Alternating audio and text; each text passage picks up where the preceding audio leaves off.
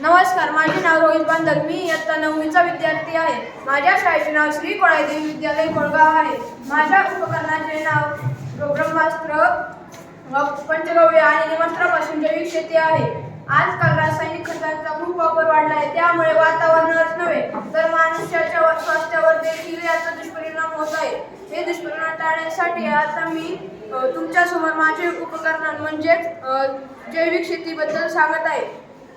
पंचगव्य हे एक नैसर्गिक साधन बनवलेले औषधी आहे, ज्याचा वापर शेतीवर फवारण्यासाठी केला जातो. याच्यामध्ये मुख्यतः गाईचे दूध, गोमूत्र आणि शेण आहे.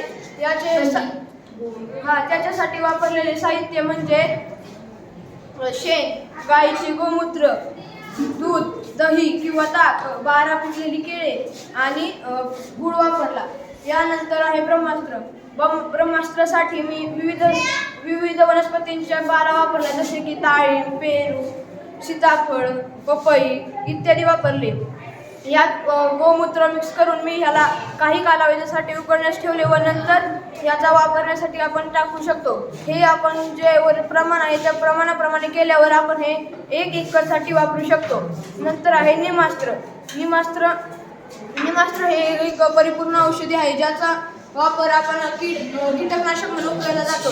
या वनस्पतीच्या वापराने वनस्पतीला कीडपासून सुटका होते इत्यादी याचे फायदे आहेत.